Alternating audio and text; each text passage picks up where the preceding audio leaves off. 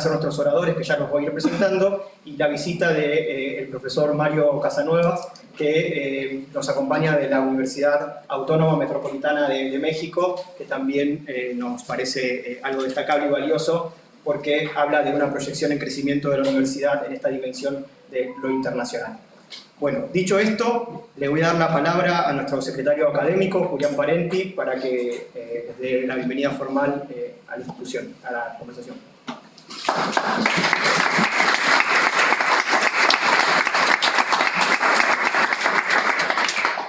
Bueno, gracias Emi, gracias a todos por estar acá. La realidad es que estamos muy contentos de este segundo encuentro del observatorio. Este año el rector de la universidad, el rector organizador Sergio Siciliano, tomó la decisión de formalizar de manera institucional una iniciativa como la del observatorio que ya se venía gestionando y realizando actividades desde 2022. Eso nos dio un impulso, pero también una responsabilidad, y parte de esa responsabilidad son estos encuentros de debate, de discusión. Así que estamos muy felices de poder estar presentes y cumplir con un calendario y con un objetivo que nos pusimos de mensualmente o trimestralmente poder generar este tipo de instancias. Yo digo permanentemente, y con cada una de las personas que recibo cuando tengo que contar sobre nuestra universidad, somos una universidad nueva y jurisdiccional. Y eso tiene un montón de implicancias, potestades y responsabilidades. Una de ellas es que nos debemos a las necesidades y demandas de nuestra ciudad de Buenos Aires, y en ese sentido, como universidad con el foco puesto en educación, tenemos que dar respuesta y estar cerca de las demandas y desafíos que nos plantea el sistema. Sabemos que en matemática tenemos desafíos enormes. Ahora tenemos representantes del Ministerio de Educación que nos acompañan y van a dar cuenta de eso. El Ministerio de Educación de la ciudad se encuentra trabajando fuertemente en propuestas de reforma desde hace tiempo, y en esta nueva gestión tiene como objetivo seguir profundizando para mejorar los aprendizajes en este marco o en este segmento entre el final de la primaria y el inicio de la secundaria, que siempre es uno de los grandes dilemas de la didáctica y la ciencia de la matemática. Así que, por mi parte, contarles eso, que hoy tenemos expositores de lujo porque nos vienen a contar de alguna manera la cocina de la política, en este caso de formación continua de matemática, lo que va a estar sucediendo en las escuelas para que en el marco del Plan Estratégico Buenos Aires Aprende se pueda traccionar y elevar los niveles en matemáticas. Así que muchas gracias por estar acá. A Viviana, la directora de Escuela de Maestros, Gustavo Sonsol, nuestro director del observatorio, y Daniela, una presencia internacional de lujo, que ahora vamos a estar presentando, pero felices de poder compartir este encuentro con todos ustedes.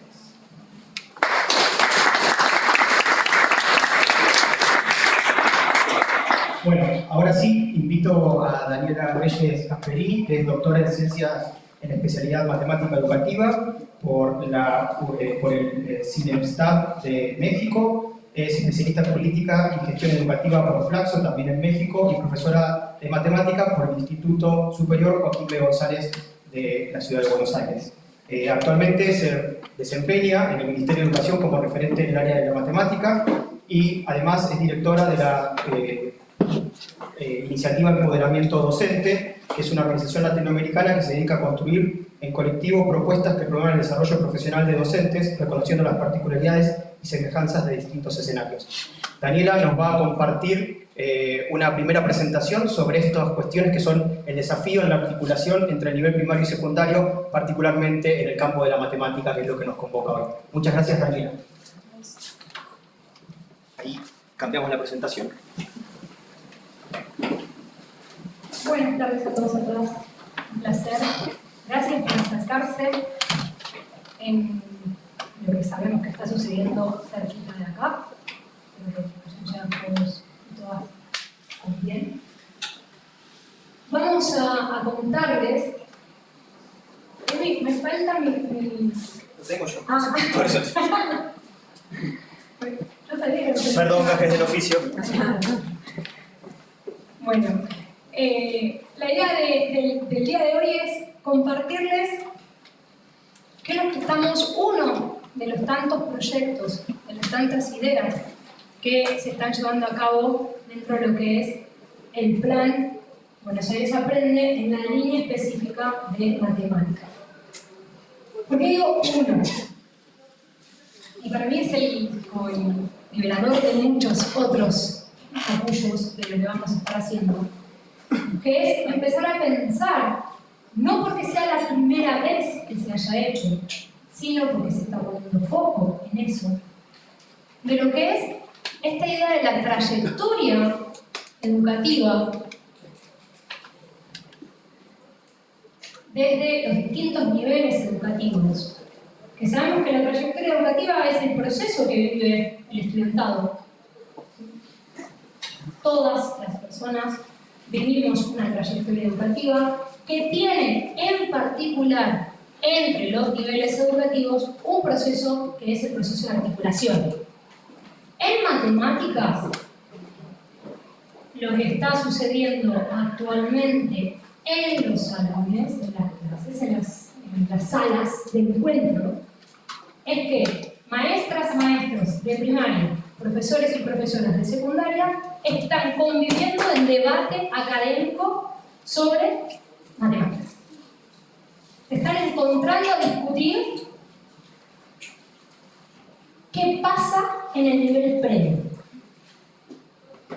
Muchos de estos temas de articulación, un desafío grande que sabemos que existe, es cuál es la postura con la cual, y les pido por favor que presten atención a la palabra que lo saben, que se enseña la matemática en primaria y la postura desde la cual se enseña matemáticas desde la secundaria. Y todavía no hablé de aprendizaje. Cuando están en el mismo salón, maestras, maestros, profesores y profesoras, se cuestionan. No, pero vos enseñás distinto a como yo necesito. Están hablando de la enseñanza. Vos enseñás distinto a como yo necesito. ¿Y el aprendizaje? ¿Y cómo necesita el estudiantado? Porque esto no es una cuestión de posturas. El estudiantado. ¿Qué necesita el estudiantado para aprender? Que no tiene que ver con lo que necesito yo, Daniela, para enseñar. Si se vincula, pero no es lo mismo.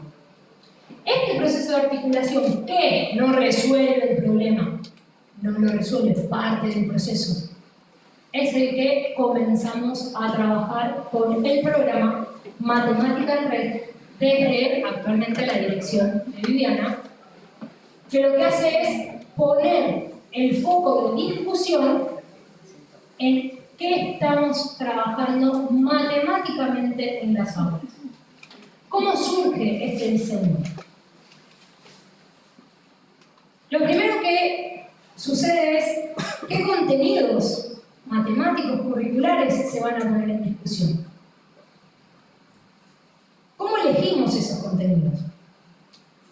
¿Cuál es la base que fundamenta esta elección? Bueno, estas evaluaciones estandarizadas que no ranquean, que no nos dan un dato consecutivo todos los años, sino que nos dicen datos específicos para toma de decisión de acciones de política pública, esos resultados son base de la toma de decisión, pero no es lo único. También es lo que maestros, maestras, profesores y profesoras dicen en las aulas que se necesita. Y también es el cuerpo de formadores y formadoras del grupo de escuelas de maestros que trabaja con estos docentes que están escuchando en las aulas qué es lo que se necesita. Articulado con bibliografía especializada. Todo eso es lo que se puso a discusión y se decide de manera conjunta qué contenidos vamos a trabajar. Una vez que se trabajó, se diseñó y se dijo, bueno, vamos a trabajar con estos contenidos, lo que se pasó es a trabajar con diseño de materiales.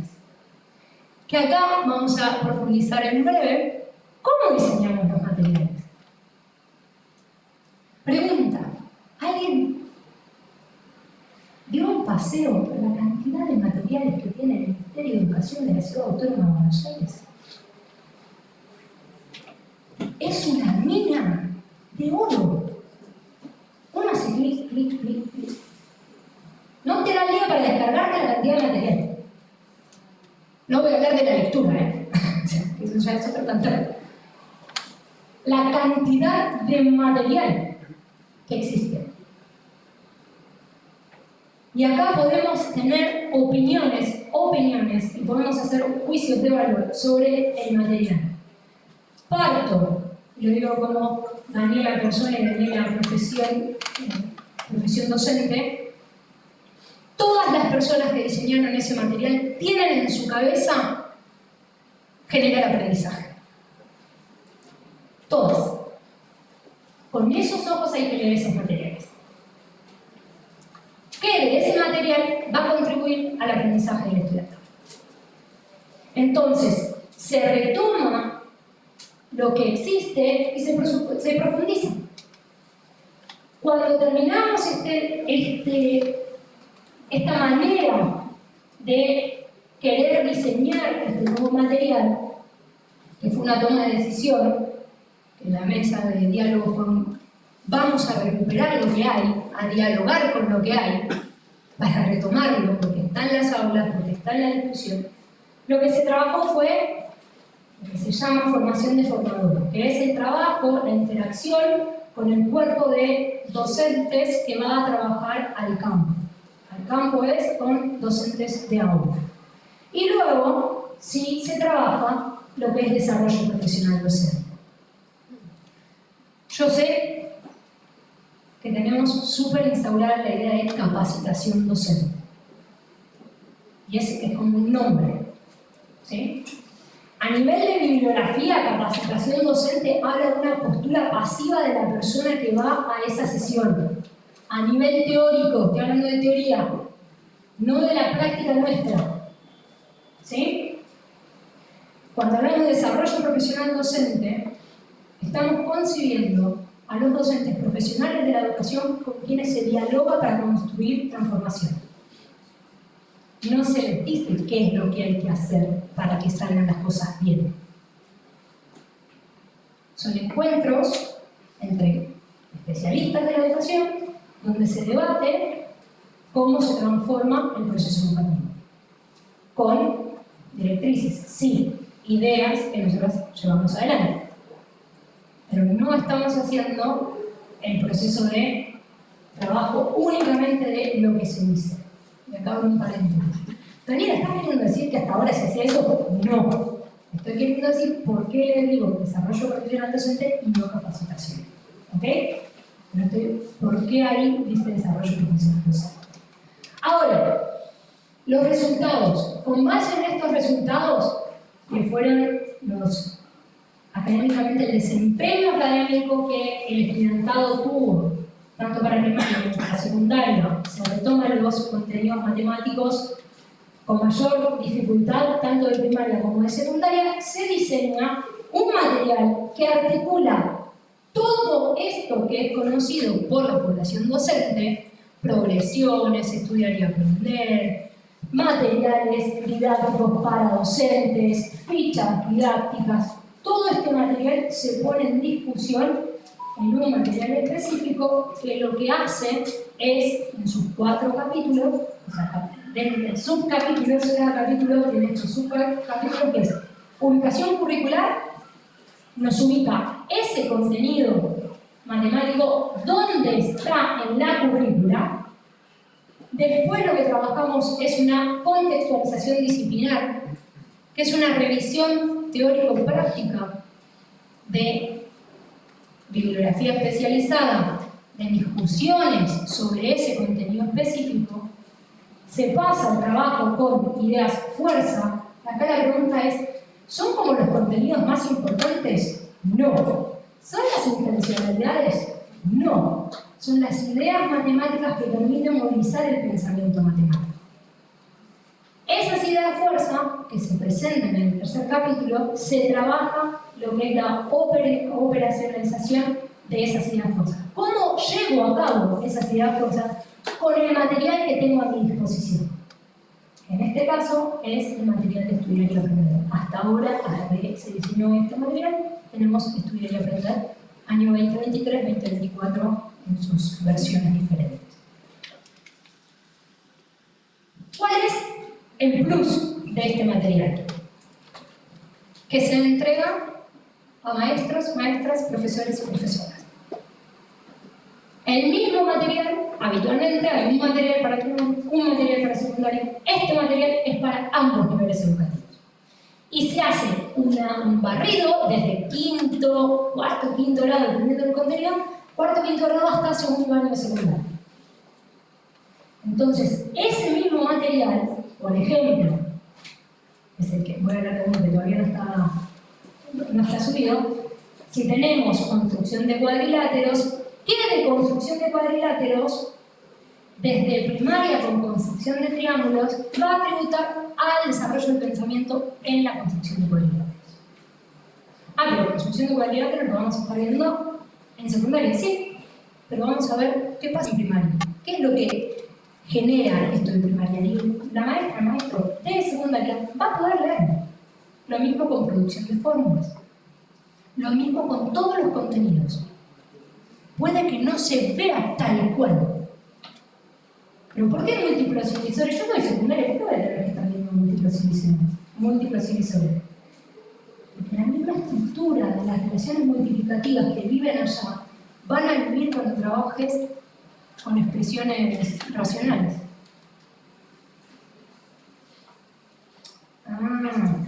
Porque no tiene que ver con el contenido nada más, la ubicación curricular, que es el primer momento. Tiene que ver con cómo vivimos el desarrollo del pensamiento. ¿Cuál fue la planificación? Planificación, esta es la de Leopoldo. Pedida prestada.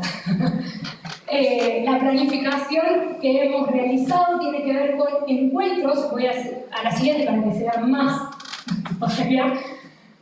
Lo que hemos hecho fue en el mes de febrero, el primer proceso de articulación, la primera sesión de articulación, donde como parejas pedagógicas hay un formador o formadora de primaria y uno de secundaria, de nivel secundario, donde trabajan con cuerpos docentes, tanto de nivel primario como de nivel secundario. Va a haber otro próximamente el mes que viene, al principio del mes, la primera semana de julio, y tenemos un cierre en diciembre.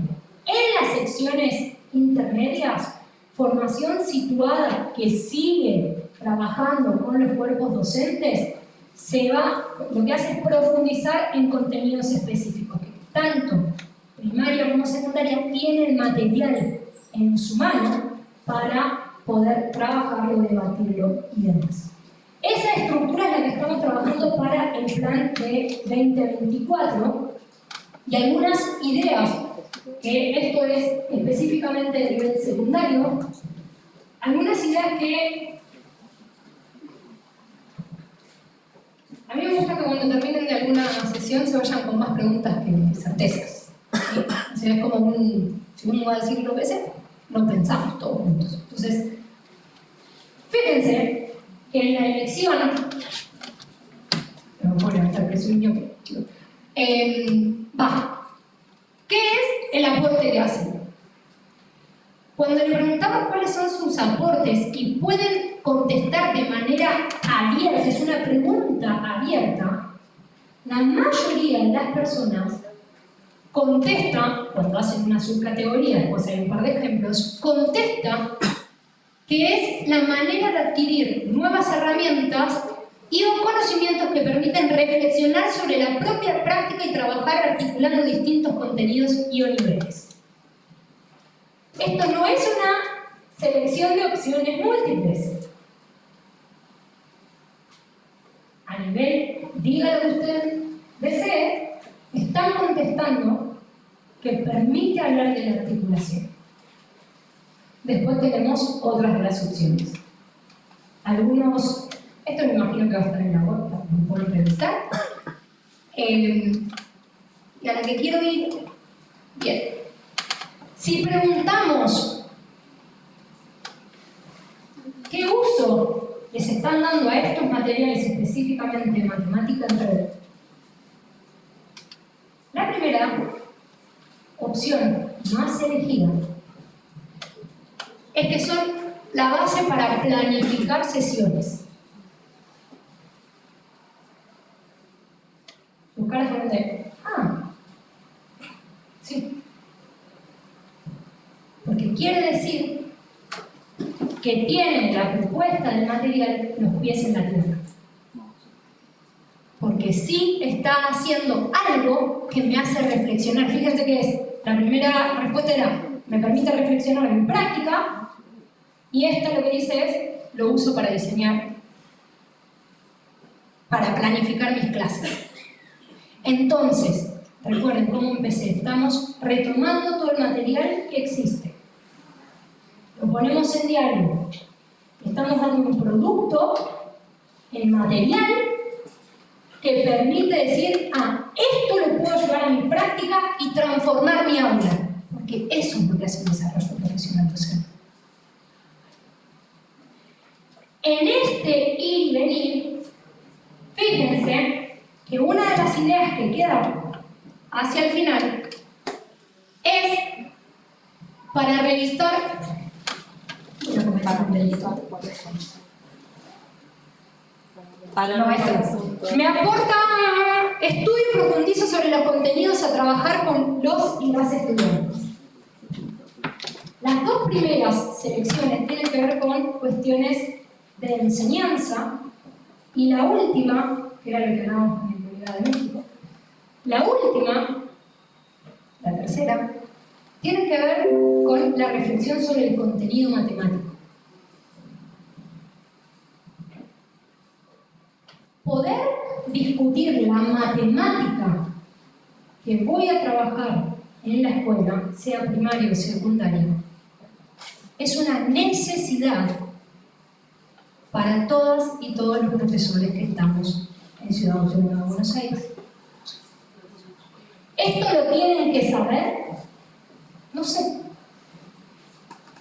No lo sé.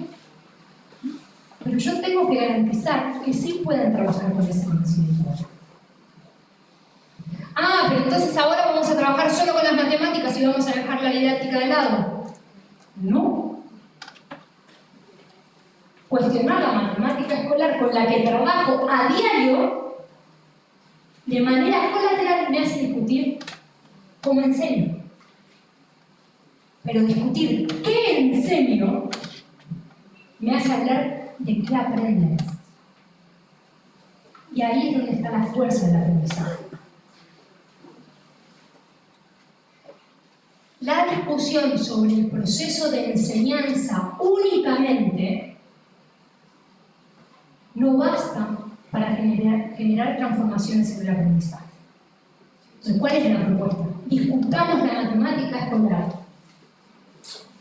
para discutir también las maneras de aprender. Porque si discutimos la matemática, discutimos cómo se moviliza el pensamiento matemático y por tanto vamos a tener estrategias de cómo aprenden las personas. No solo cómo enseñan las y los docentes, sino cómo aprenden las personas. Y ahí, Buenos Aires aprende. Lo que viene son preguntas. Algunos ejemplos quedan para la pregunta. Lo voy a seguir porque ya me están haciendo así de cierre. Pero esta era la presentación de, como dije al comienzo, matemática en red, que es la articulación entre primaria y secundaria, que posteriormente estamos viéndolo con la directora de Escuela de Maestros, cómo ampliarlo a iniciales y primaria, y después continuar con niveles interciclados para discutir sobre qué estamos trabajando matemáticamente en nuestras aulas.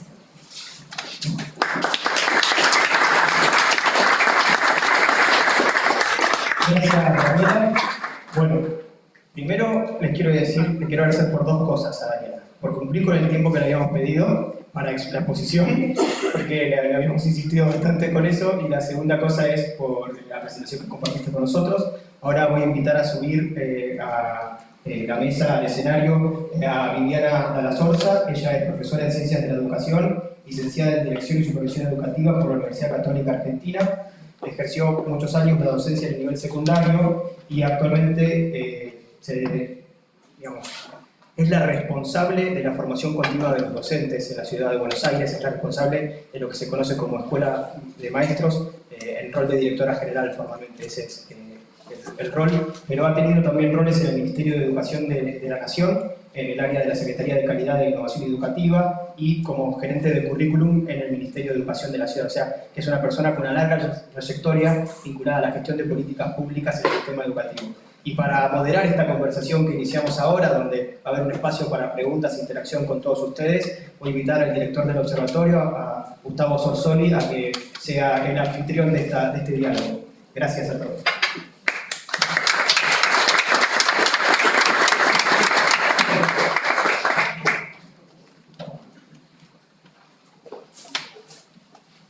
Bueno, buenas tardes a todas, a todos, gracias por estar acá. Gracias, Mónica, por tu exposición. Y para que me dejas unos segundos, vamos a preguntarte por qué la idea aquí y planteó todo lo que nos acaba de contar, ¿no? ¿Cuál es la decisión política y en una instancia educativa que nos lleva a este punto? Hola, ¿qué tal? ¿Cómo les va? A ver, sí, tengo... Acá lo voy a encender. ¿Qué tal? Buenas tardes a todos y a todas. Primero, gracias a la universidad por la convocatoria. Y la realidad es que el año pasado la idea fue en función a los datos que teníamos con relación a las evaluaciones.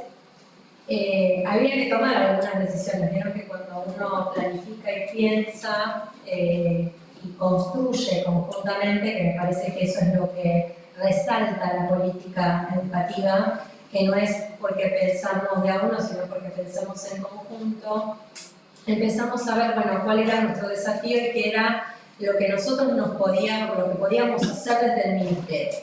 Ahí yo a Daniela la conozco porque ella lideró, si ustedes recuerdan, el Plan Nacional de Aprender Matemática, junto a Mercedes Miguel como viceministra, que hoy es la actual ministra de la Ciudad de Buenos Aires.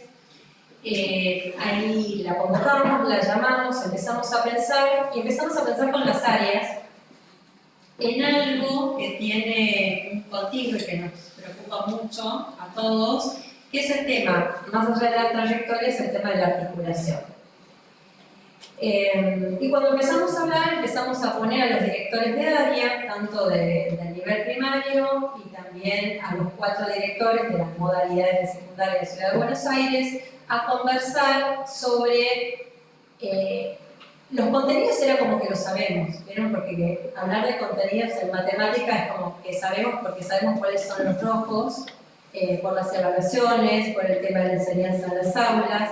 El tema era cómo lo hacíamos, cómo hablábamos de articulación. Y el gran desafío de la política, una vez que a partir del 11 de diciembre, fue esto que nosotros empezamos a pensar, se plasma en un plan, como decimos y como conocemos actualmente, que es el Plan Buenos Aires Aprende, donde los aprendizajes fundacionales, el plan de lengua y el plan de matemáticas son 2 políticas muy fuertes y muy robustas. Matemática en Red, si bien nació antes por una inquietud, se plasma en el 2025, en febrero, y el gran desafío que tuvimos, honestamente lo digo, fue concentrar y armar los talleres de articulación entre docentes y profesores. Creo que ese fue el gran desafío, porque primero porque no sabemos lo que iba a pasar. Vieron que cuando se juntan los dos, se empiezan a trabajar docentes de aula y profesores, bueno, ahí no sabíamos cómo nos iba a ir, pero habíamos preparado todo el terreno como para decir, esta conversación tiene que darse. son las conversaciones que empoderan, digamos, todas las situaciones que se van sucediendo. Y la realidad es que nos fue muy bien, con una expectativa muy alta, la participación tanto de docentes y profesores de ambas gestiones, a gestión pública y de gestión privada. Y la realidad es que lo que les quiero traer para contarles es que una de las cosas que se resaltaba era que el docente decía, el docente de grado, que no conocía el diseño de los profesorados, digamos, del profesor de matemática, y que el docente de secundaria no conocía el diseño de lo que tendría que ser el maestro. Entonces, desde ese punto de partida, empezamos a construir y nos pareció óptimo ahí Daniela, con todo el equipo de escuela de maestros, tanto de primaria como de secundaria. El taller había un profesor, un profe y había un maestro. Entonces, la conversación era mucho más dinámica y más genuina, porque la mirada del maestro y la mirada del profesor en algún momento, no les digo que no confrontaban, pero sí que tenían como puntos de partida distintos. Entonces, era empezar a lograr acuerdos o ver que de los determinados temas que habíamos seleccionado se enfatizaban o nos hacíamos responsables, podemos decir, porque vieron esto de que la articulación es el profesor recibe y no se dio el séptimo grado y yo no lo tengo que dar. Entonces, digamos, esta situación a veces cotidiana cuando uno visita escuelas, o lo digo desde el aula misma, que muchas veces pasa esto, en esa situación cotidiana o en esa conversación empezaron a salir, digamos, no solamente acuerdos, sino también distintas miradas en función a los temas. Nosotros comenzamos en febrero con el tema de proporcionalidad. Y la realidad es que fue un éxito, porque más allá de que vinieron y que lo que nos decían es, de esto va a haber más. Cuando yo pasaba por las aulas, la ministra también estuvo presente en los talleres, y decíamos, sí, hay 3 espacios de articulación reales, el próximo es en julio, y el tema en cuestión va a ser construcción de triángulos, y el último va a ser como el cierre general en diciembre. Pero lo que estábamos pensando con Daniela es que esto es como la primera puntada, ¿no?, de algo que se empieza a coser, como lo queramos llamar, pero que es interesante y que en realidad pidieron más. Entonces, bueno, estamos pensando en todo lo que se armó este año, bueno, cómo seguimos esta construcción con Matemática en Red, que nos trajo desde los materiales pensados para docentes y para maestros, porque si alguno tiene, nosotros dejamos algunos materiales acá, pero si ustedes ven en el final, el material lo que proporciona es, digamos, de los temas, la gradualidad o la trayectoria, lo que tienen que ir de sexto a segundo año. Entonces, cada uno se ubica en el lugar del contenido de lo que tiene que dar. Pero bueno, un poco como para contarles cuál fue el desafío, ¿no?, con el que seguimos avanzando. Muchas gracias.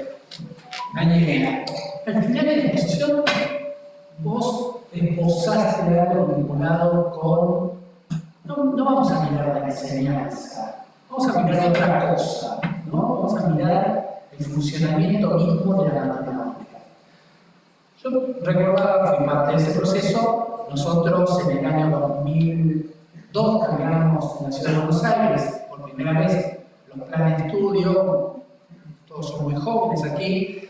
La formación docente era de 2 años y medio, pasamos a un plan de 3 años en ese momento, pero abandonamos de forma deliberada la matemática por su enseñanza. Y de hecho, cuando cambiamos nuevamente a un plan de 4 años, decididamente cambiamos el título de las materias y las empezamos a llamar enseñanza de la matemática 1, enseñanza 2, enseñanza 3. Y quienes formamos a los maestros, hoy profesores, ¿sí?, porque ese es el título que tienen, éramos profesores de secundaria. Muchos sin experiencia alguna en el nivel primario y desde un conocimiento bastante, al menos decir, bastante acabado de esa matemática, que tenía un respaldo teórico, ¿sí? que hoy está muy consolidado en la ciudad de Buenos Aires, vinculado a la didáctica francesa.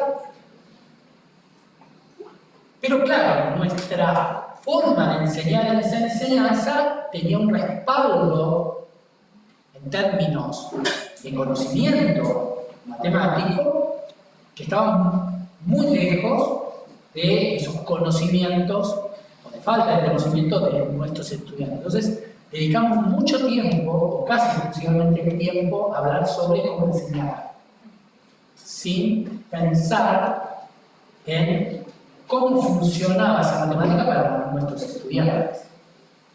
Y, bueno, por supuesto, esto se deriva casi automáticamente de cómo aprendían a enseñar y cómo aprendían esa matemática. ¿Vos qué crees que hay que hacer ahí? Sí, yo sé que me meto en un brete, pero no importa, de eso se trata. ¿Qué hay que hacer ahí en la formación? Ya no en lo que le toca a nuestra directora general, sino un paso previo, ¿no? Bueno, en este momento yo tendría que decir muchas gracias por la pregunta. No, sí. Como egresada del Joaquín, egresada del Joaquín y también profesora de profesorados, bueno, un profesorado ahora en Chile y he sido profesora en distintas instancias de formación, de profesores en formación, profesores y profesoras en formación.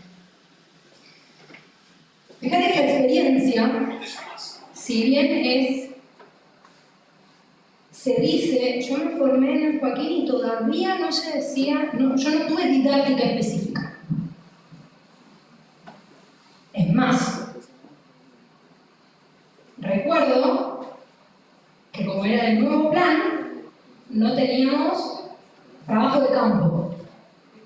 No teníamos profesores para trabajo de campo.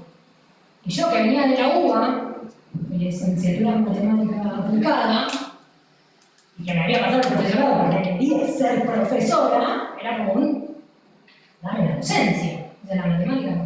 Bueno, dame la docencia.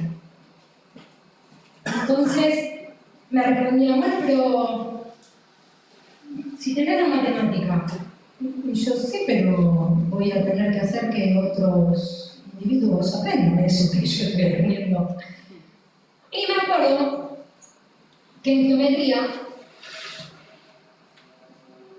no he sido muy revoltosa, yo era muy estudiosa, muy nena estudiosa. Pero en geometría a mí me pasaba que era como esta profe no tuvo la clase de didáctica que nosotros tuvimos ya, ¿no? Me faltaba como un vínculo entre la geometría que me estaban dando y la manera que me estaban diciendo que había que generar una construcción de esa matemática. Entonces, más allá de lo que declare el currículo que hay que hacer, hay que ver qué se dice, qué se hace y qué se hace.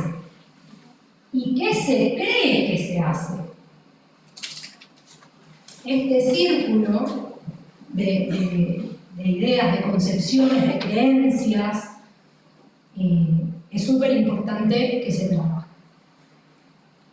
Yo lo voy a aclarar para que no haya mañana periodicazo de viene Daniel a decir que no vamos a hablar de enseñanza. No, yo dije que no era suficiente. No solo hablar de la enseñanza tenemos que hablar. La idea es cómo también ponemos el foco en el aprendizaje. Los diseños, las grandes reflexiones que hoy están en formación docente, los centros de formación docente, es cómo se trabaja la didáctica específica de cada una de las líneas que tenemos, que el pensamiento geométrico va a movilizar cuestiones del espacio, cuestiones de la medida, cuestiones que si nos vamos a un pensamiento algebraico, va a tener vínculos, sí, pero son distintas cosas las que estamos movilizando. Entonces, esa especificidad sí es necesaria que un docente en formación pueda conocer. Respecto a la formación, yo lo cuento medio con gracia, medio triste, que hasta mi último año de profesorado yo creí que solo existía una teoría didáctica, y lo digo pero por mí, porque yo no me había trasladado más. Yo solo escuchaba lo que me decían, pero nunca, nunca me había metido en otros espacios. Después de crear un mundo. Hay un mundo. Y es más, como la teoría de tal país, no hay una sola. Vos entras a ese país y son un montón de teorías. Y decís, hay un mundo en el que dialoga. Y acá hay otro mundo. Cuando descubrís que la discusión sobre el aprendizaje que pasa en las aulas necesita de muchas maneras de pensarlo, es donde creo que hay una tranquilidad profesional de sí a la salida y no entramos en la desesperanza aprendida. No, de acá ya no vamos a salir. No hay manera. No hay manera, no, esta sensación de yo voy a este curso, pero fui a 80 cursos, nadie me dice cómo hacer. ¿No? Yo intento con los chicos, yo estoy ahí, pero esta sensación de desesperanza aprendida está muy fuerte en nuestra profesión y se puede transformar cuando dejamos de defender una bandera y empezamos a defender un derecho, el de aprender. Vos estás planteando que hay más de una manera de enseñar matemática, ¿no? Por supuesto, más de una manera de aprender. No solo más de una manera de enseñar, más de una manera de aprender. Bueno, creo que es una idea muy fuerte, ¿no?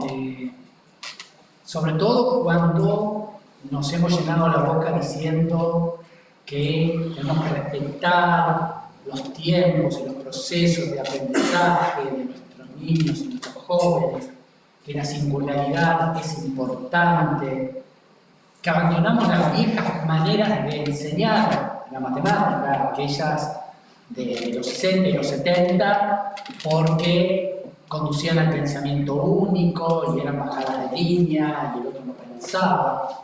Y de repente estamos hoy volviendo a pensar que hay posibilidades de pensar la enseñanza y el aprendizaje de varias maneras. Y quizás, y esto viene por mí, sean necesarios todas las posibles para poder cubrir las necesidades de un grupo heterogéneo, ¿no? Porque en las aulas nos encontramos con eso. Y respetar el derecho de cada uno de esos niños y jóvenes implica poder suministrar distintas herramientas desde la enseñanza para que esos niños y jóvenes puedan aprender a su ritmo, con diferencias, con distintas profundidades. Señor director, ¿cuál es el camino, digamos, que piensa hacerse a lo largo de todo el año que se está haciendo y cuál es la perspectiva? A ver, primero lo que digo es... No. A ver, no hay una sola manera. Yo creo que quería traer algo a colación. Hay dos cosas muy importantes. Vieron que cuando uno iba a la escuela en algún momento, depende del profesor de matemática que te tocaba, la aprobabas o no. Eso lo viví, lo sufrí en carne propia. Y es cierto también que a veces un director de escuela sabe específicamente quién, a dónde, dónde decir, bueno, este año, en tercer año va a estar este profesor, hago este cambio, o lo puedo traer porque sabemos que hay algo que ese profesor despierta en ese chico que tiene que ver con que el aula también hoy es un aula distinta, tenemos muchos puntos de partida, entonces no hay un manual o una receta única. Me parece que en eso vamos a coincidir todos, todos los que pisamos aulas sabemos que no hay una sola forma. Entonces, en ese camino estamos construyéndolo. Me parece que es en el día a día y en la propuesta y en el desafío de ir y volver del aula para ver qué pasa y cómo lo hago. Y el otro gran tema es que Dani decía, bueno, también aparte del contenido tengo que ver, bueno, cómo lo puedo hacer, cómo lo puedo llevar a cabo, y eso también tiene que ver con una planificación. Y hoy tampoco hablamos de planificaciones únicas. Hablamos de recorridos distintos por las distintas situaciones que se nos van presentando en el aula y muchas veces tenemos que atajar, como digo yo, en el buen sentido, si somos equipo, y replanificar, ir un poquito para atrás y volver a rediseñar. Pero muchas veces te dicen que lo de la planificación es muy difícil, o no sale, o tengo que... Y la realidad es que nosotros vivimos planificando, vivimos. Cuando uno se para frente a médicos, me pasó a estar en un evento y hablaba con algunos médicos de distintas disciplinas, me decían, sí, bueno, pero para ustedes es fácil porque los docentes entonces vienen. Entonces yo les decía, pero todos vivimos planificando y ellos no podían salir como de ese cuadro. Y yo les decía, ¿vos haces una receta? Sí. La receta es una planificación. Digo, vos a partir de un cuadro, de un paciente, vos recetás, volvés, o sea, yo puedo volver en 15 días, te mando a hacer una tomografía y una radiografía. Todo eso en tu cabeza y a llegar a probar un medicamento y después desaprobarlo, todo eso forma parte de una planificación, que vos lo haces con algo que ya interiorizaste porque sabés que buscas determinados caminos de que funciona y lo que no funciona.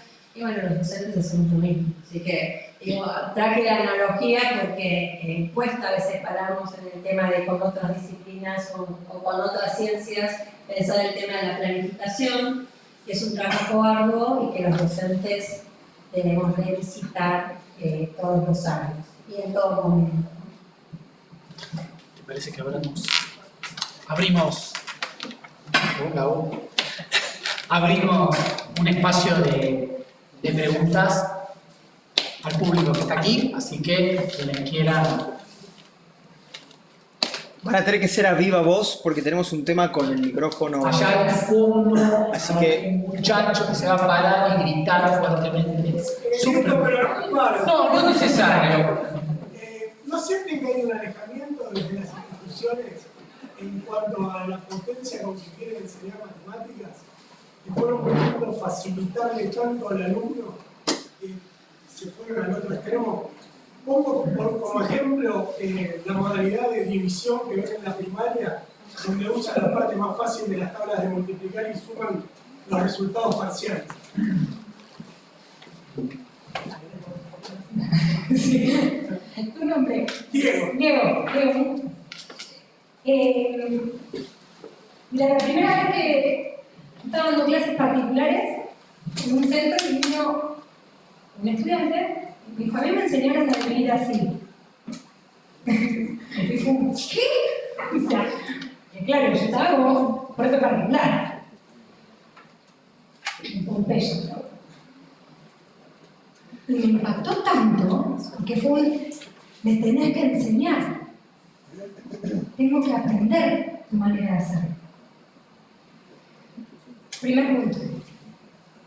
De esa manera, yo no lo veo como una facilitación, sino como una resignificación del proceso de operacional de dividir. Otra cosa es la divisibilidad. ¿Sí? Estamos de acuerdo, ¿verdad? Divisibilidad, una cosa es la naturaleza operacional y después la naturaleza operacional que es la de la división. Cuando nosotros creemos que estamos facilitando, quizás estamos significando qué es eso de agarrarlo. Escuchá lo que voy a decir, Diego. Agarrar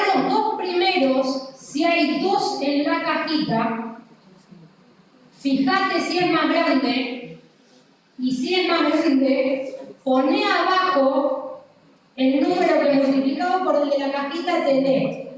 Decime qué de la idea de división y de reparto equitativo hay en eso. Entonces, el procedimiento, cuando carece de significado, no lo puedo recuperar, porque no tiene un uso, no tiene un porqué. ¿Para qué estoy haciendo esto? ¿Por qué hago esto? Es como me llevo uno, ¿a dónde me lo llevo? O pedirle uno en el lado, ¿por qué le digo en el lado? Pero uno lo dice así. Ahora, si yo puedo significarlo y después el procedimiento sintetiza el uso, ganamos. Diego, te prometo que ganamos, porque lo resignifica.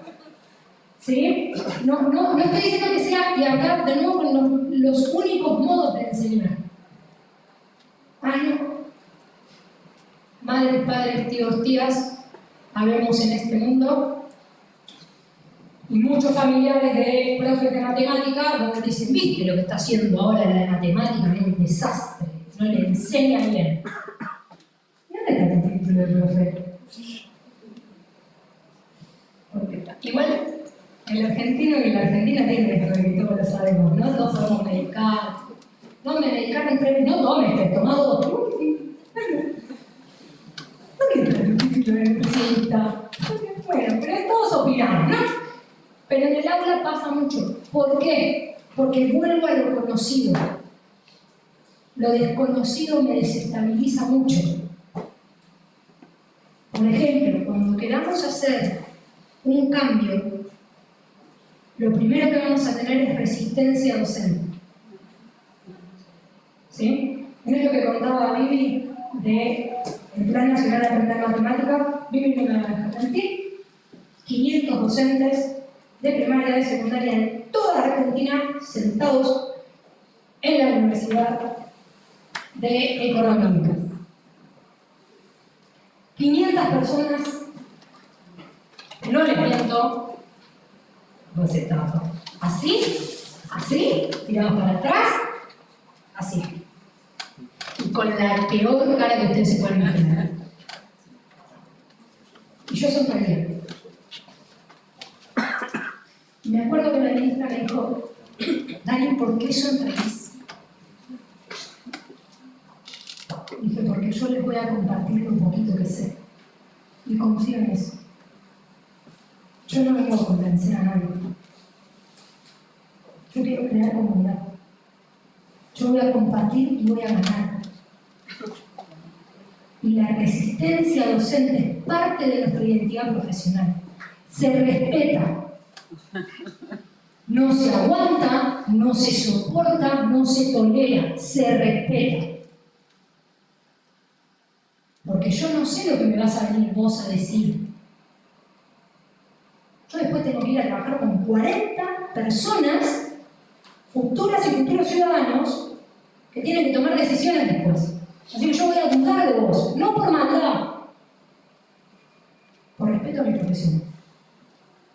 Pasada la semana, esos mismos 500 personas, individuos, eran grupos con globos de colores, sacándose fotos y cantando los distintos nombres de los grupos. Me volvió a ver la ministra y me dijo, tenías razón. Dije, porque acá nada se impone, acá se construye. Eso es lo que se hace, digo, no confíes en mí, probalo. Gracias. Vamos. ¿Qué más? Dale, nombre. Diego. No. ¿Hay algún Diego más? Vaya preparando la pregunta. Le pagamos a todos los extras, venían con el mismo nombre. Es generacional. ¿No? Claro, le dijimos, decí que te llamás Diego, por ejemplo, y lo tomaron al pie de la letra. Bueno, buenas tardes, buenas noches.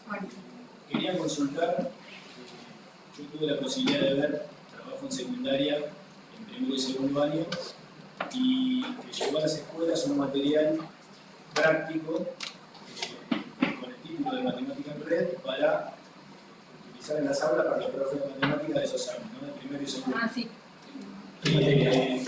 Sí, que estudiaría primero. Lo que quería consultar es si también va a llevar algún tipo de material teórico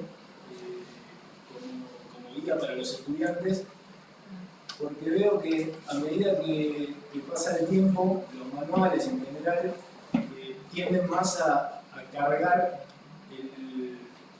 la parte práctica o el aspecto práctico del trabajo en el aula y le dan un lugar quizás más secundario a la parte teórica, ¿no? Y bueno, quería consultar si esto va a ser considerado en alguno de los materiales que van a proporcionar. Bueno, vos sos formador, ¿no? ¿Cómo? Vos estuviste en matemáticas, ¿no? Sí. Ah. Diego, es verdad que el matemática en red de primero y segundo es el estudiar y aprender que tiene el nombre de matemática en red y que está en proceso de revisión y revisión. ¿Sí? Primer punto. Segundo, toda la parte teórica, que puede ser la que sintetiza un proceso de construcción,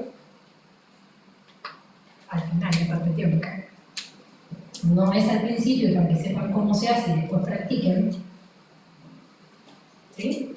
Hago, pienso, conjeturo, cuestiono, argumento, construí, teoricé. Teoricé, lo convertí en una entidad sujeta de no cuestionamiento a nivel secundario. Eso sí está en ciertas secciones de este material. No lo tiene desde el comienzo, pero sí al cierre hace una síntesis para recordar, no me acuerdo ahora el título que lleva el cuadro, pero sí hace una síntesis para recordar en donde se trabaja únicamente la teoría. Que me imagino decís teoría en el proceso de institucionalización, ¿verdad? De esto se hace así, esto es por esto y demás. Entonces, en mi recuerdo sí lo tiene, en cada sección, en cada apartado con un título, tiene un momento de síntesis. No le quiero decir de teorización porque es mucho, pero de síntesis del contenido. Si buscamos, y primero, ninguno de esos dos libros barre todo el contenido curricular que hay que trabajar. ¿Estamos de acuerdo, verdad? Que es como un aporte, pero no es un manual clásico de revisión de todo el contenido curricular. Igual considero que también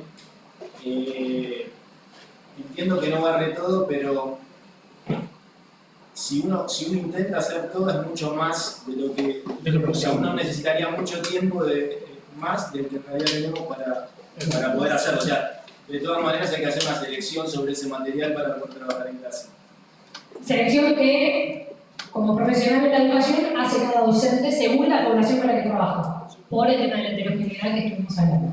Entonces, de lo que hay, sí hay síntesis. Ahora, si estás planteando el Ministerio está pensando en un material teórico exclusivamente, no lo estamos pensando hasta ahora. Yo me lo llevo como inquietud de debate. Oigan, ¿qué beneficios, qué pro y qué contra tendríamos si sacamos este tipo de material? Sí es cierto que para secundaria tenemos muchísima menos producción de material escolar, ¿sí? Que en comparación con primaria, no estoy diciendo que no haya, no estoy diciendo que en comparación con primaria hay muchísimo menos. Entonces tenemos menos lugares a donde recurrir en secundaria. Así que digo, más que una respuesta, es un gracias por la duda, me la llevo y se trabajará en el equipo, y más si son el equipo de fundadores, lo estaremos discutiendo en breve. Yo quiero hacer un aporte a los dos Diegos, ¿no? Porque me parece que los Diegos están preguntando aquello incómodo, ¿sí? Que tiene que ver con el ejercicio, ¿no? de la profesión. Es cierto que en los últimos 20 años los algoritmos han sido desterrados de la enseñanza. Es así. Prácticamente uno en la escuela primaria no ve una mísera cuenta vertical. La cuenta parada. Es más, hasta los maestros se autocensuran, ¿sí? No sé con quién hablaba, creo que hacerme, me decía, no, yo les doy un cuadernito aparte, que no se llevan a la casa. Hacemos las cuentas paradas ahí, con algunos chicos que les sirven, porque la descomposición no la entienden, y paradito, y me llevo uno. Y así lo hacen. Y esos chicos pueden avanzar. Y es cierto, los algoritmos han quedado desterrados. No sabemos muy bien por qué, porque el proceso de construcción llega un momento que permitiría avanzar sobre los algoritmos, pero nunca llega. Y lo otro que ha quedado desterrado de la enseñanza de la matemática son las fórmulas. Y asociados a los algoritmos y a las fórmulas, el uso de la memoria matemática. Porque antes, digo, quien terminaba la primaria, más o menos recordaba cómo se calculaba la longitud de una circunferencia, por ahí le decía pi por r cuadrado en vez de pi por radio, pero base por altura estaba, ya ¿sabes? Había algunos recursos de la memoria, ¿sí? Hoy pueden ver en Twitter, hay todo un tweet que es maravilloso a partir de alguien que tiene que evaluar lo que le va a cobrar a otra persona por un envío, ¿sí? Claro, en la tabla que tiene la señora dice que por cada 10 kilos de envío cobra, no sé, 5.000 pesos. Y el señor le dice, yo tengo una balanza, no defino sino 100 kilos. Entonces la señora le agrega los 2 ceros en vez de un 0, porque claro, no divide por 10 legalmente. No se la regla de decir. La persona le dice, no me podés cobrar esta cantidad de plata porque vale más el envío que la mercadería que tengo que mandar. Y le dice, ¿por qué no se regla de simple?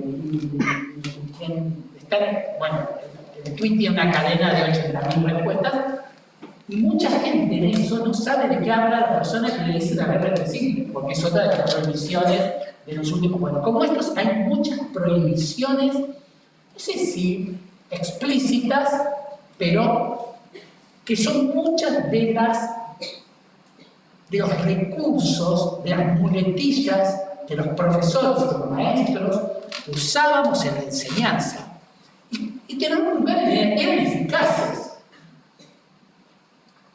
y que por supuesto no sabíamos en la mayoría de los casos por qué funcionaban, pero funcionaban. Yo siempre hago esta comparación.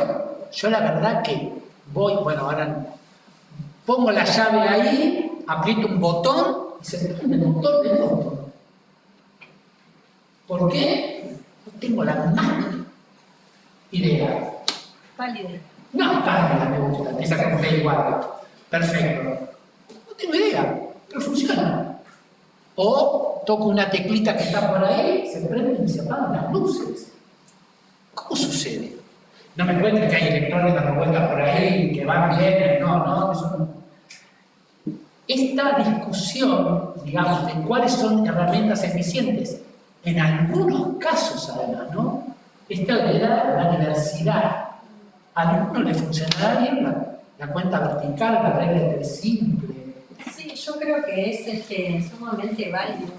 Por eso decíamos que los puntos de partida son distintos y que no hay que encerrarse como en un método solo o en algo, porque el docente lo que hace es probar también. Entonces, para mí me parece que lo significativo es 2 puntos, que el niño, la niña, el estudiante aprenda, punto, significativamente, un gol. O sea, eso es lo que a mí me tiene que importar. Y los niveles de desarrollo, nosotros hablamos de niveles de desarrollo curricular, que son varios. El último, que es el nivel de comprensión más absoluto, que es el aula para el docente, y que lo trabaja y lo piensa desde ese lugar, y aún cuando se cierra la puerta, como digo yo, por más que haya un diseño, por más que haya un enfoque y demás, yo, digamos, dentro de lo que es el intento hacer mi mejor explicación para que pueda, digamos, para que todo el mundo pueda aprender, que en definitiva de eso se trata. Entonces, quizás antes muchas de las cosas que vos trajiste o que traían era así, antes se explicaba, se enseñaba de otra forma, se intervenía, recién teníamos una reunión, se hablaba de intervención en la enseñanza. Bueno, hay que enseñar.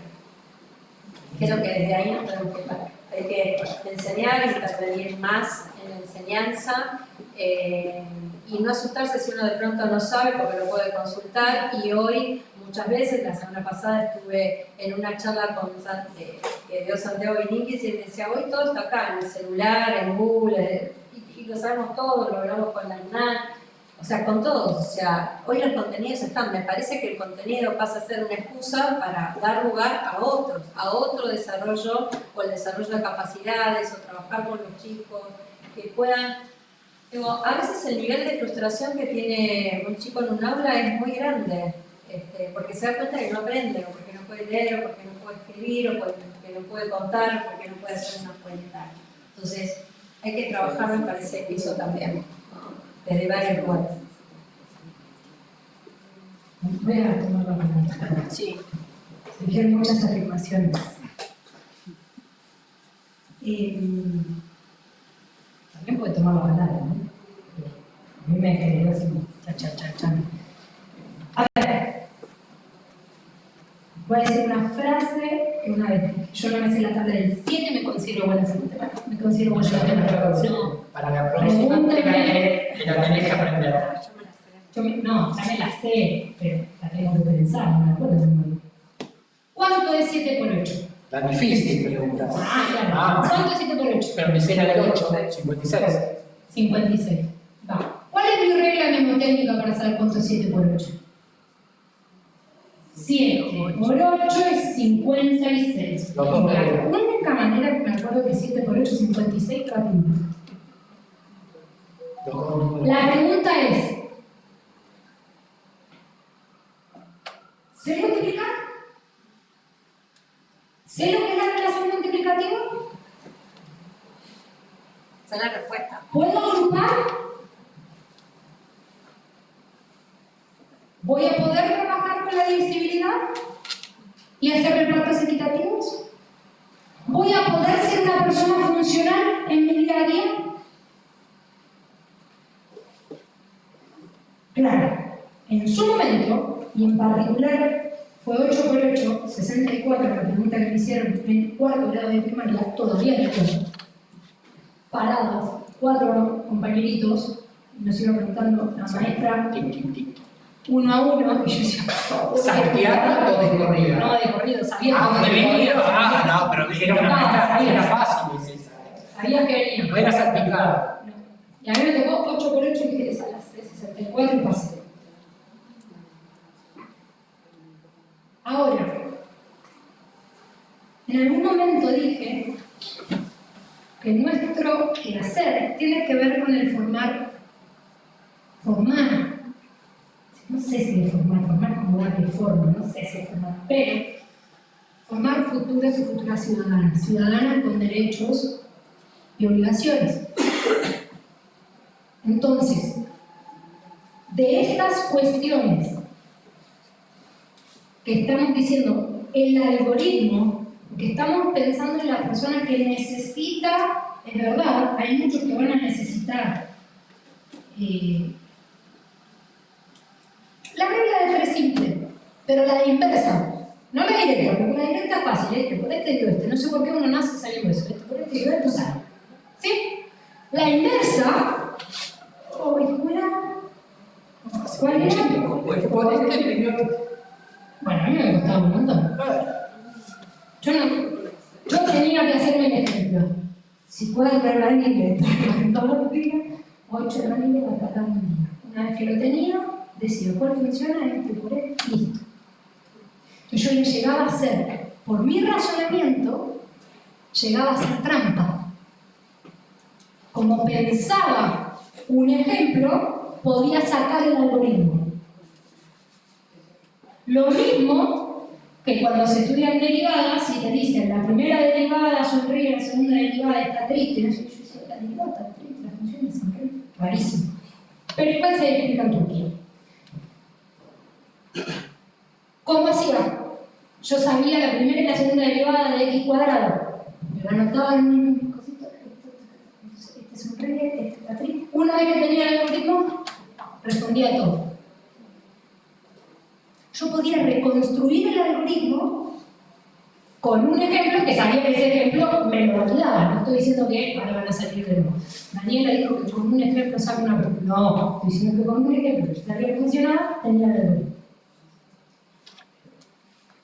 La diversidad de maneras de relacionarte y vincularte con un proceso matemático, el objeto matemático es una cosa, el proceso matemático es otra cosa, la estructura matemática es otra cosa, la práctica matemática es otra cosa. La idea es cómo hacemos que vivan y permitan la resignificación todos estos.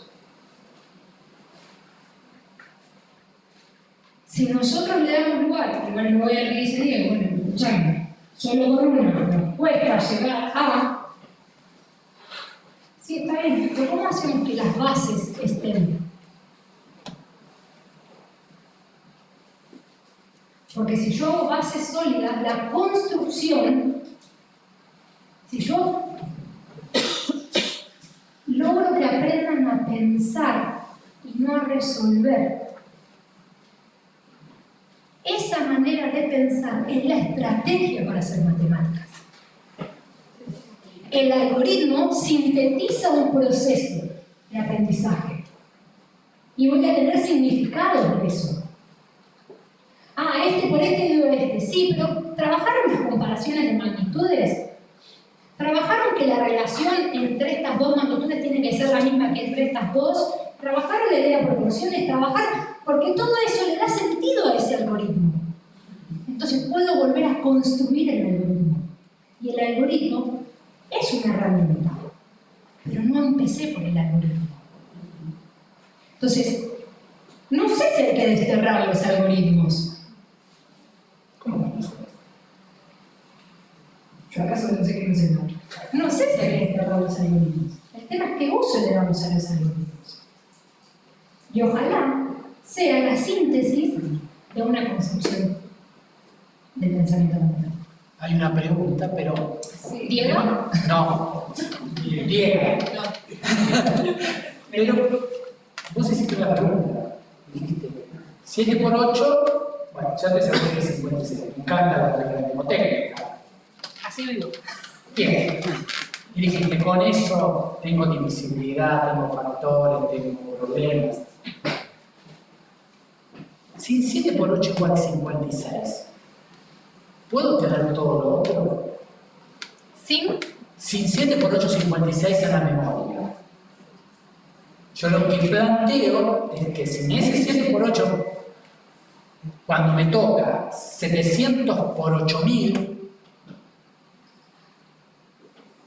y cuando tengo 7 décimos por 8 milésimos, y cuando tengo el 70% de 80.000, y cuando tengo una regla de 3, el 7 y el 8, todo me va a costar muchísimo más. Y pasa con los chicos que a veces, porque 7 por 8 no da 56, da 54, 63, o no da nada, o empezamos con los dedos, todo lo otro que hay, lo cual hay que pensar, y que es lo que más me interesa, 7 por 8, 56, nada. Porque el problema de tener todo en internet, como dice mi ex alumno, es que lo que está en internet, yo no lo domino, ni lo relaciono, ni lo vinculo. Las ideas son propias. Y poder decir que, cierto, 7 por 8 lo hago en la calculadora y ya está, también hago 7.000 por 8.000, el 70%, hacen todo, digo, no pasa nada. Pero las relaciones construidas personales, porque no hay otro, no se hacen si no tengo en la memoria permanente 7×8 por 56. No importa que sea 7×8, que es difícil, ¿no? Pero uno hoy ve en la escuela que los maestros se pasan muchísimo tiempo con las tablas, la forma, no sé por qué se llamará pitagórico, porque Pitágoras no tuvo nada que ver con esto, pero se pasan viendo que la tabla del 4 es la del doble del 2, la del 8 es el cuádruple del 2, que la del 9 es el triple del 3. Bueno, todas esas relaciones, pero la tabla va pegada en el trasero de los chicos, porque no se pueden desprender de ese papelito, ¿sí? Bueno, es una discusión. Por favor, Diego, ¿cómo te llamas? Belén. Belén. Yo iba pensando con lo que iban diciendo hace un ratito, en especial vos, Daniela, pensaba varias cosas, pero yo trabajo en secundaria en primero, segundo y tercer año como profe de biología, y en el plantel docente uno se puede encontrar como con un montón de posturas acerca de cómo enseñar, cómo aprenden los chicos y a partir de eso generar diferentes estrategias. En muchos casos lo que observo es que a veces queda en la, de alguna forma elegante, la buena voluntad de los docentes de si van a buscar nuevas estrategias o no. Porque después van a haber otros docentes en el plantel que van a decir, dame la receta o sigo haciendo lo que yo venía haciendo porque me funciona. O Y no. si no me funciona, no importa que mis alumnos vayan a rendir las veces que sea necesario, ¿no? Entonces, yo pensaba, bueno, como un intermedio entre las estrategias de enseñanza, estrategias de aprendizaje, para el docente que quiere la receta y el docente que quiere buscar las formas, ¿no? Tendemos y tenemos la necesidad de sistematizar, necesitamos ordenar, necesitamos... La propuesta de matemática en red busca de alguna forma, en esta heterogeneidad del aula, sistematizar los métodos de enseñanza y los métodos de aprendizaje, o es más el disparador para que los docentes se empiecen a cuestionar y a preguntar qué hacer. Qué linda pregunta. Sí. Es la La de Diego también. No, mentira, la de Diego no le gustó nada. No, si Por eso le dejamos a ella para la última pregunta. me puse la lamparita y dice hacer. Yo de verdad no llevo tarea.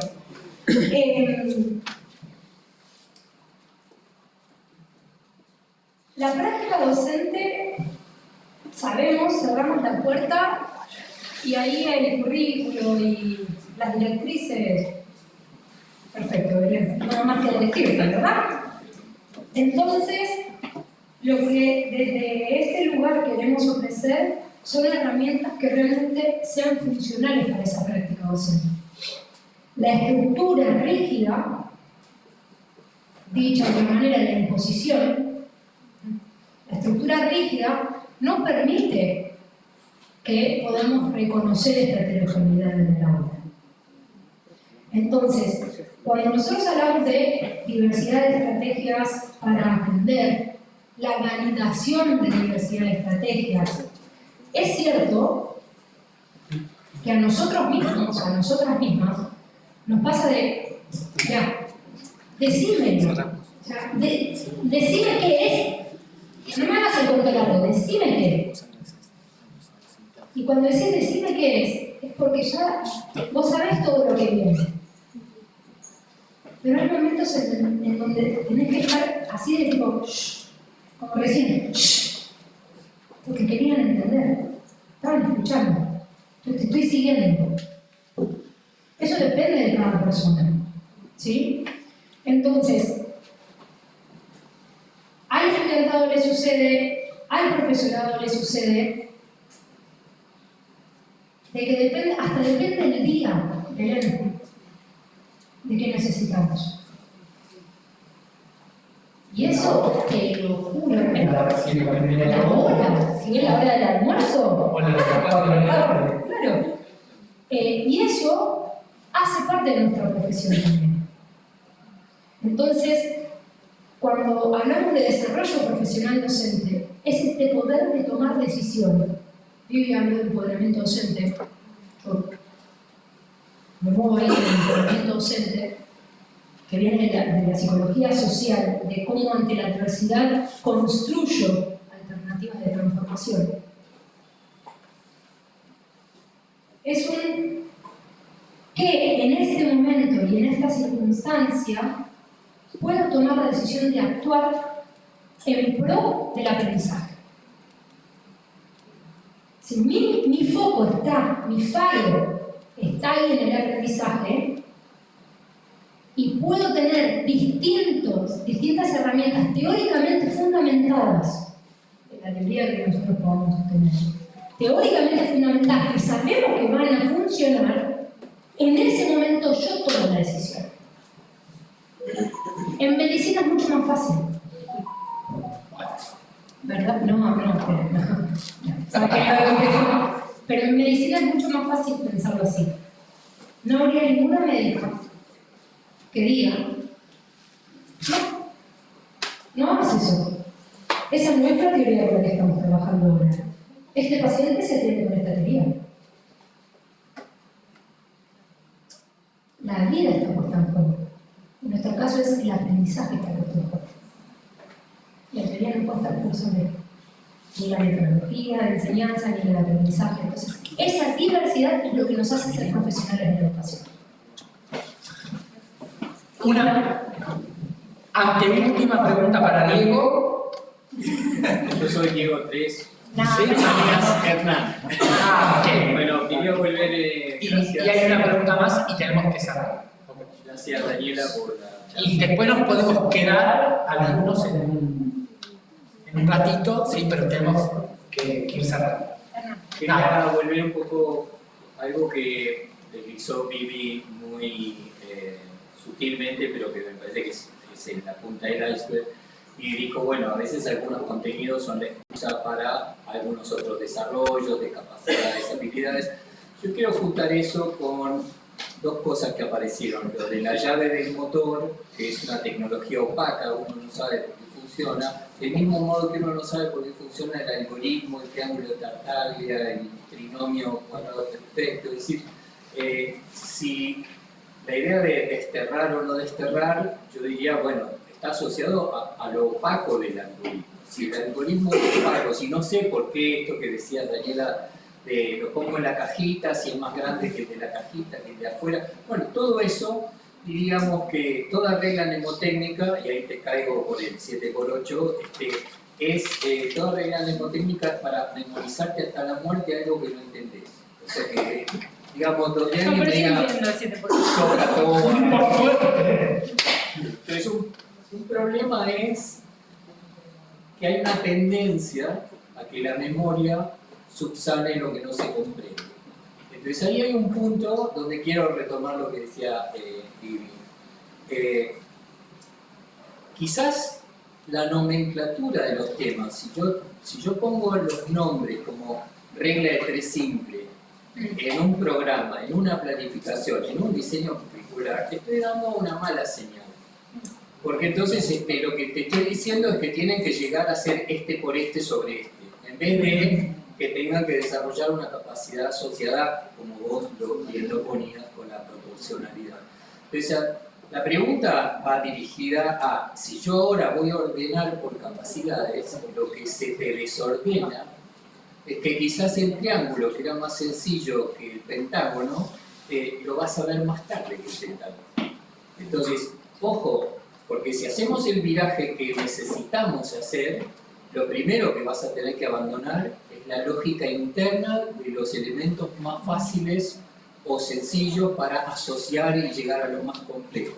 Entonces, un poco la pregunta es sobre cómo harías ese viraje, porque las temáticas complejas pueden tener un desarrollo de capacidades que después es como cuando alguien te dice, bueno, tenemos acá múltiples víctimas de nuestras clases que conocen la curva sigmoidea, pero no sabían la ecuación de la recta. Entonces, podemos saber cosas más sofisticadas, pero todavía no sabemos las más sencillas.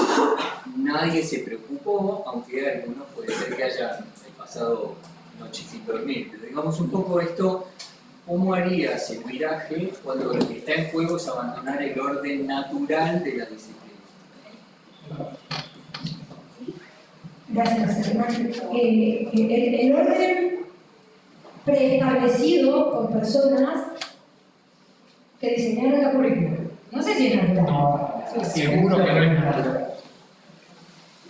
Lo que pasa es que acá vendría toda la teoría didáctica de hablarnos de lo que es el deber ser, el saber sabio, que la transposición didáctica que usamos y que diseñamos. Lo que nos pasa es que esa transposición didáctica que hoy está hecha a nivel curricular no se cuestiona. Se acomoda o se reacomoda. ¿Sí? Por ejemplo, el teorema de D'Alembert en cálculo. ¿Por qué se da el teorema de D'Alembert?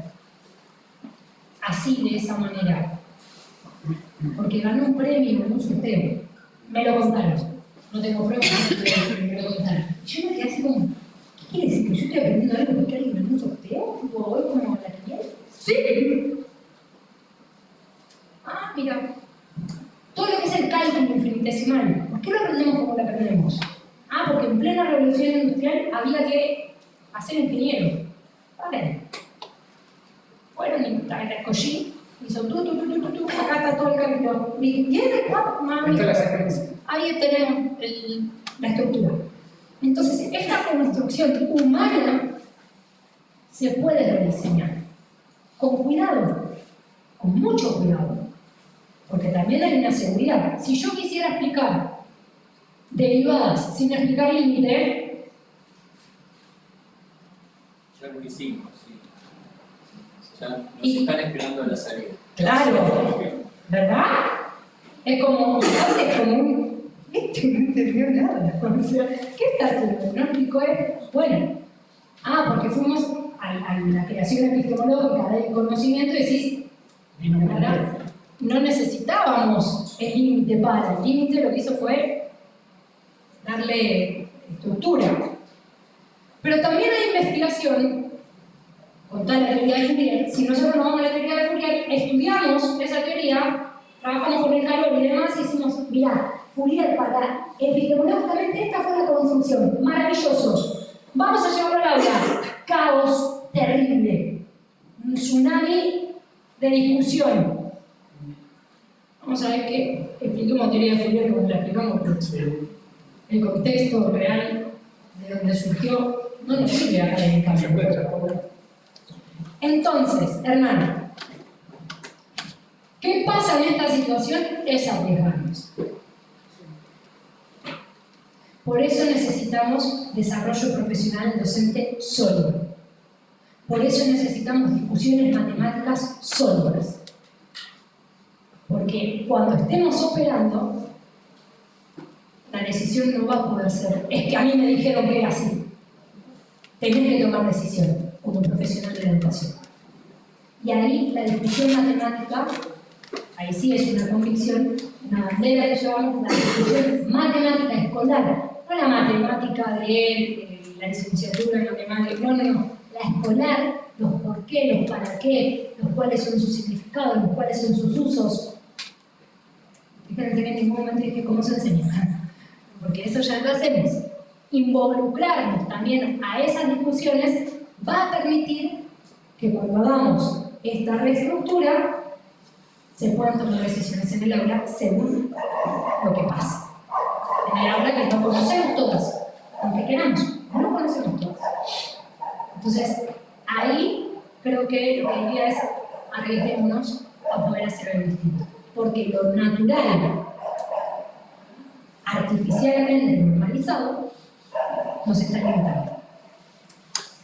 Gracias. Igual era un chiste porque no saben derivadas sin Menos mal. Pero no fue así como, qué bueno, esto se ve así. No sé qué preguntarle. Bueno, yo tenía una pregunta que simplemente la dejo no para responder, porque como dijiste, la idea de las charlas es llevarnos preguntas y no respuestas. Y lo que quería preguntarles a ustedes que estudiaron el desarrollo de la política y la implementación de la política pública es si además de hablar y pensar en términos de enseñanza y aprendizaje, en términos de cómo hacemos los profesionales de la educación para formar a un estudiante, en términos de lograr ese aprendizaje de este campo disciplinar. También hubo algo que entiendo que fueron compartiendo ustedes, es la visión de ese ciudadano que uno va a construir.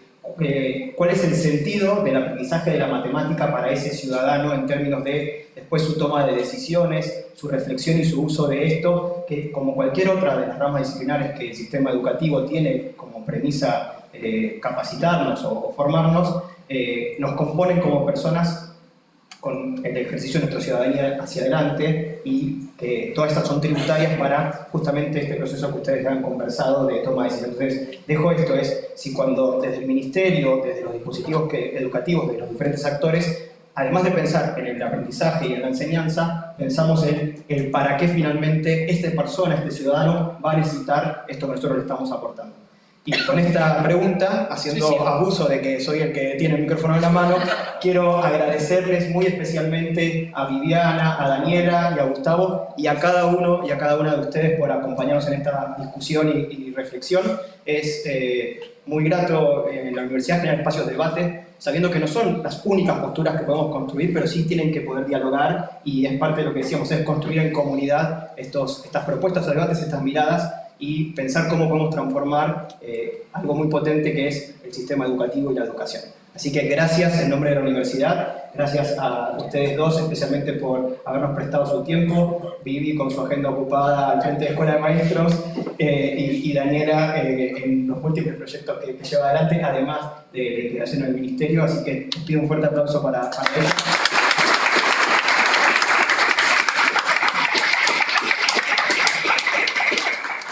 Y a Gustavo por ser quien impulsa la iniciativa del Observatorio de Educación de Matemática acá en la universidad, también le agradezco. Gracias a todos. Ahí hay algo de energía y alegría en forma de calorías. Y hay algunas personas que se van a acercar a hacerte algunas preguntas, pero tenemos unos minutos para compartir y reflexionar, y los que estamos en clase, después volvemos a la clase con un intervalo. Gracias. gracias.